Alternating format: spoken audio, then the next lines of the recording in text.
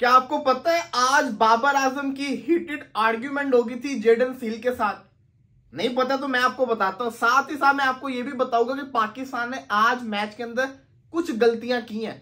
वो कुछ गलतियों के अंदर बाबर की भी कुछ गलती है, नसीम की भी है, शाहीन की भी है। मैं आपको पूरी की पूरी डिटेल से बताऊंगा। वीडियो को पूरा लाजमी देखिएगा, ये बड़ी इंपॉर्टेंट वीडियो है। हुआ क्या कि जब बाबर आजम खेलने आए तो बाबर आजम को जिसको कहते हैं ना, थोड़ी सी हीटेड आर्ग्यूमेंट होगी सील बॉलर के साथ वेस्ट इंडीज के। बाबर आजम 6 स्कोर के ऊपर थे। होता क्या है कि जेडन सील जो है ना, बल्कि बाबर आजम 2 स्कोर के ऊपर थे। जेडन सील बॉलिंग करने आते हैं, थिक आउटसाइड एज होता है जिसकी वजह से जो बॉल था ना वो चौका हो जाता है। सील बाबर के पास आते हैं और कोई इशारा वगैरह करते हैं, मुंह नीचे करके ना कोई पंगा शंगा लेने की कोशिश करते हैं। बाबर भी उसके पास जाते हैं। इतना ज्यादा कैमरामैन ने फोकस नहीं किया, उन्होंने डिटेल से दिखाया नहीं, वरना मसाला बहुत ज्यादा था। होता क्या है कि उसके बाद वो जो पूरा ओवर था ना, सील बाबर आजम को तंग करके रखता है। बाबर आजम को अगला बॉल बाबर आजम को बड़ा बचता है, आउटसाइड एज होते होते बाबर आजम बच जाता है। बाबर यहां पे अक्लमंदी करता है। बाबर कहता है कि नहीं, इस ओवर में नहीं, इस ओवर के अंदर ये मुझ पे हावी है, उसको हावी रहने दो। चौका तो एक आ चुका हुआ है तो ये ओवर गुजार दो। बाबर कुछ ना कुछ करके ये ओवर गुजार देता है।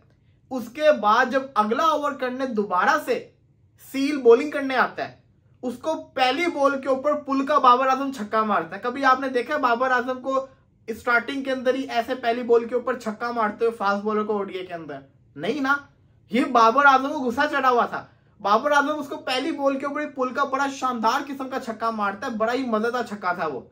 उसके बाद एक कवर ड्राइव पे शानदार किस्म का चौके की ट्राई करता है, लेकिन वो चौका नहीं होता, 3 होता है। और बाबर आजम उस ओवर के अंदर सील को ऐसा अपडेट करता है कि जो सील था ना, उसके बाद पूरे मैच के अंदर सील की जो बॉलिंग लाइनअप थी ना, जो लाइन और लेंथ थी, वो सही नहीं हुई।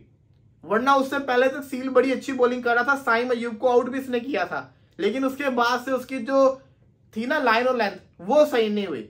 अब आ जाए जरा मिस्टेक के ऊपर। मेरी नजर के अंदर आज पाकिस्तान के कुछ प्लेयर्स ने बड़ी गलतियां की हैं।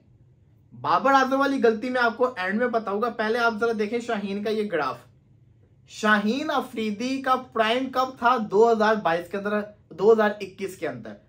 2021 के अंदर शाहीन की जो एवरेज थी ना 140 प्लस डिलीवरी की, वो थी 35%। 2022 में ये होगी 11%।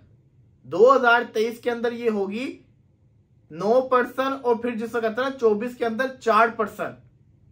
अब 25 के अंदर दोबारा से ये उठ रही है। अब आपको अंदाजा हुआ पिछले 2-3 साल में शाहीन की जो परफॉर्मेंस है इतनी खराब क्यों हुई है? ये वजह है, शाहीन पेस के साथ बॉलिंग नहीं कर रहा जो पहले किया करता था। शाहीन ने आज अच्छी बॉलिंग की, बड़ी शानदार बॉलिंग की, 4 विकेट्स भी लिए, लेकिन शाहीन को आखिरी ओवर्स के अंदर मार पड़ती है। शाहीन को अपनी जो एंड की बॉलिंग है ना, उसको इंप्रूव करना पड़ना है, T20 और ओडीआई। ये पहली चीज। दूसरा, नसीम शाह। लोग स्कोर कार्ड देख के कहेंगे नसीम ने बड़ी शानदार बॉलिंग की, लेकिन जिन्होंने पूरा मैच देखा होगा उनको पता है कि नसीम शाह ने बड़ी गंदी बॉलिंग की है। नसीम शाह वैसा नसीम शाह नजर नहीं है जैसा हुआ करता था।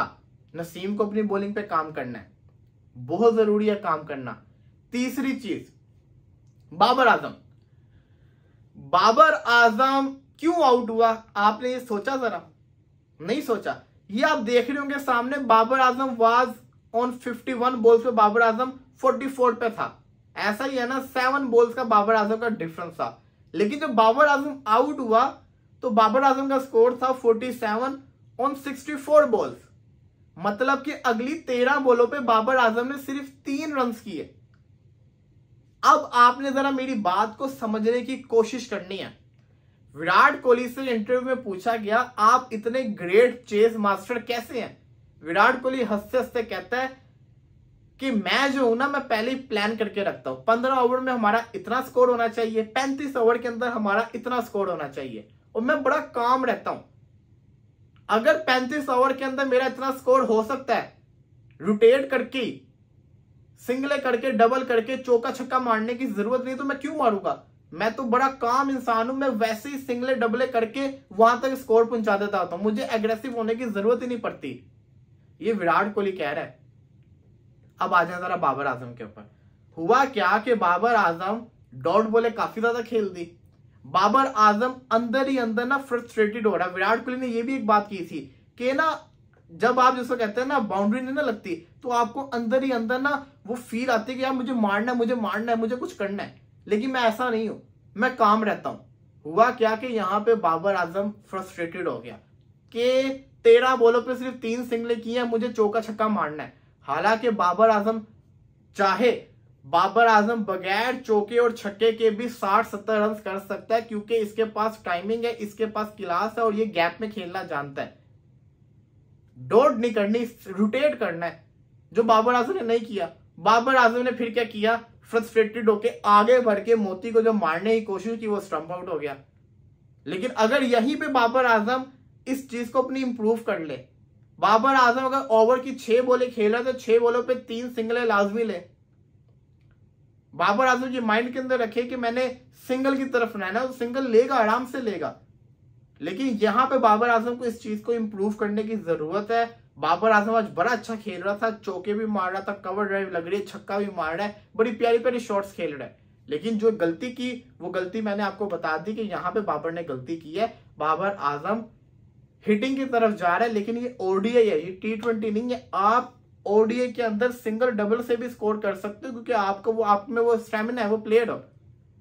केन विलियमसन भी यही काम करता है, वो भी सिंगलों पे ज्यादा फोकस रखता है। तो यहाँ पे बाबर आजम चाहता तो यहाँ पे आज काफी ज्यादा रन कर सकता था, लेकिन अनफॉर्चुनेटली बाबर आजम से वो रन नहीं हुए जो उसको करने चाहिए थे। रिजवान ने मैच जीतने के बाद क्या कहा आए, जरा मैं आपको बताता हूँ। कहते हैं कि ना सारा का सारा क्रेडिट जाता है हुसैन तलत और हसन नवाज को। At one stage it looked like we were under pressure। बड़ी अच्छी उन्होंने बात की है। They were bowling well despite the dew। The 7th wicket partnership was amazing to watch। ये ऐसा क्यों कह रहे हैं? लोग कह रहे हैं, मैंने जब बोला कि हसन नवाज आज पाकिस्तान को मैच जिता दे, लोग कह रहे हैं भाई बाबर ने भी तो रन किए, रिजवान अगर ये रन ना करते तो पाकिस्तान हार जाता। सुनो मेरी बात, रिजवान की बात सुन ली ना। पाकिस्तान जब रिजवान आउट होके गया ना, पाकिस्तान को 72 बॉलों के ऊपर 102 रन चाहिए थे और पीछे विकेट्स कितनी थी, 4। अब आप जरा सोचो, पाकिस्तान का ट्रैक रिकॉर्ड याद करो। वर्ल्ड कप के अंदर ऑस्ट्रेलिया अगेंस्ट हम जीते हुए मैच ऐसे हार गए थे, सीधी लाइन लमानी लग गई थी जैसे रिजवान आउट हुआ था। ऐसे कितने ही मौके आए हैं। तो रिजवान ने बिल्कुल सही कहा कि हम अंडर प्रेशर थे, क्योंकि सामने जो लड़का खेला था उसका डेब्यू था और दूसरा लड़का 6 साल के बाद कमबैक कर रहा था। तो उनकी वजह से ये मैच जीते कि उन्होंने क्या किया, 72 बॉलों पे 102 चाहिए था, 60 बॉलों पे 72 के ऊपर लेकर आ गए। ये थी खासियत। We didn't really know the conditions and were unsure about the forecast. Like the next game, which is a day game, we have to adopt quickly. We won the toss but couldn't capitalize on the surface. बात उन्होंने कर दी कि हम toss जीत के भी surface पे capitalise नहीं कर पाए। Ideally, we should have kept them under 250. Shaheen and Naseem bowled really well in the death overs. मैं आपको बताता हूँ यहाँ पे गलती पाकिस्तान से क्या हुई थी।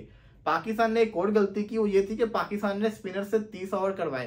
पाकिस्तान ने इससे पहले 10 दफा ओडीएस के अंदर इससे ज्यादा दफा 30 ओवर करवाए स्पिनर से, लेकिन कभी भी किसी की जो इकोनॉमी थी ना वो 4.5 के ऊपर नहीं गई। आज गई थी, यहाँ पे हमारे स्पिनर्स को बड़ी मार पड़ी है। There were moisture in the pitch and they batted in testing condition. The ball was gripping. Even Saim Ayub was getting turned. बिल्कुल जी, साइम अयूब को इतना ज्यादा टर्न मिला। The ball, if our bowling department keeps improving, we will see more result like this in the future. The bowlers were happy too, especially with the reverse swing coming into play. It's a new change and they are really chuff about it. इन्होंने क्यों बात की है, reverse swing क्यों आई है? आपको पता ही है कि 35वें ओवर के अंदर सिर्फ एक बॉल यूज हुआ और वो लगातार वही बॉल यूज हुआ, जिसकी वजह से हमारे बॉलर्स को रिवर्स स्विंग मिला। रिवर्स स्विंग के होने से पाकिस्तानी बॉलर्स को मदद मिली। बट रिजवान ने ये भी बात किया कि हमारे बॉलर्स इंप्रूव करेंगे तो मैच गेम जीतते रहेंगे। एग्जैक्टली जीतेंगे। हमारे बॉलर्स को और अच्छी डेथ बॉलिंग को करना पड़ना है, बट रिजवान को भी अपनी गेम को और अच्छा करना पड़ना है। बाकी चैनल को सब्सक्राइब नहीं किया हो तो सेल्फ सब्सक्राइब भी कर दें। एक बंदा है जो मुझे हर वीडियो में कमेंट करता है, वलीद भाई मेरा नाम लेना, वलीद भाई मेरा नाम लेना। मैंने उसे कहा था मैं तेरा नाम लूंगा, साइम प्ले। हाँ जी भाईजान, और कोई मेरे लिए हुक्म हो तो बताओ कि किसका मैं नाम लूं। आपका मैंने नाम ले लिया, सब कुछ ठीक है ना, ओके हो ना, गुड है, सब कुछ ओके है। चलो जी, फिलहाल के लिए दीजिए इजाजत, अल्लाह हाफिज।